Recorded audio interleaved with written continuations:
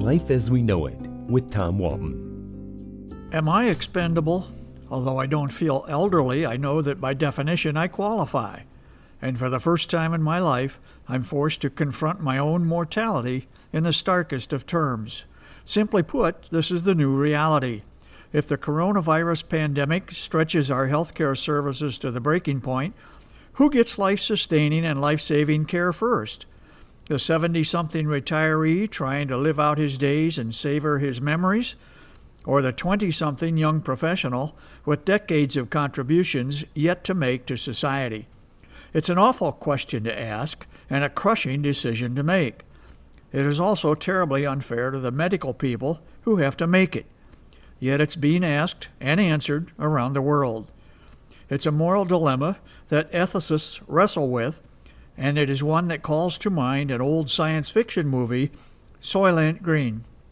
The film's premise was not complicated. Society's oldest and most infirm were helped to die, in dignity and in comfort, not only to ease the burden on food supplies, but to become food themselves for younger citizens.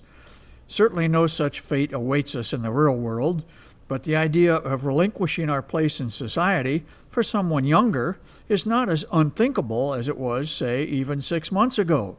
It's a notion that was reinforced for me recently when a family friend who's a physician advised me to take good care of myself.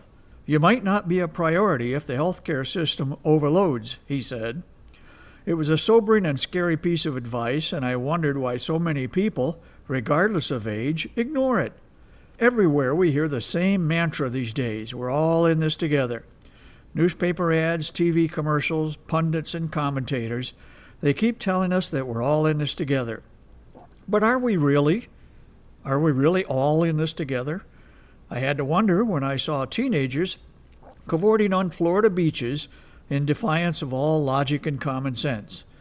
I had to ask myself what's going on when I learned of a preacher in the South who urged his congregants to pack his church on Sunday no matter what the medical experts said. Fortunately, God sent the police to shut this guy down. Maybe he can preach from his jail cell. I had to scratch my head when I saw neighbors gather in a driveway down the street to pour each other some wine and discuss the unfairness of it all. I get the need for human interaction. I need it too. But these folks were nowhere close to 6 feet apart. My jaw dropped in disbelief when I read in the Blade about people who were arrested after ignoring repeated warnings not to party in groups. Too many Americans decided to defy and deny for way too long. It was senseless. It was foolish. It put not only themselves at risk, but everyone they know, and by extension, everyone they don't. I put my faith not only in God, but in the healthcare professionals who will take care of me if I get sick, and the scientists who scramble to find a vaccine that will kick this invisible enemy in its invisible butt. In the meantime, I will continue to do what the experts advise. I will accept that the new normal can never completely be like the old normal. What I cannot accept is that I am now expendable.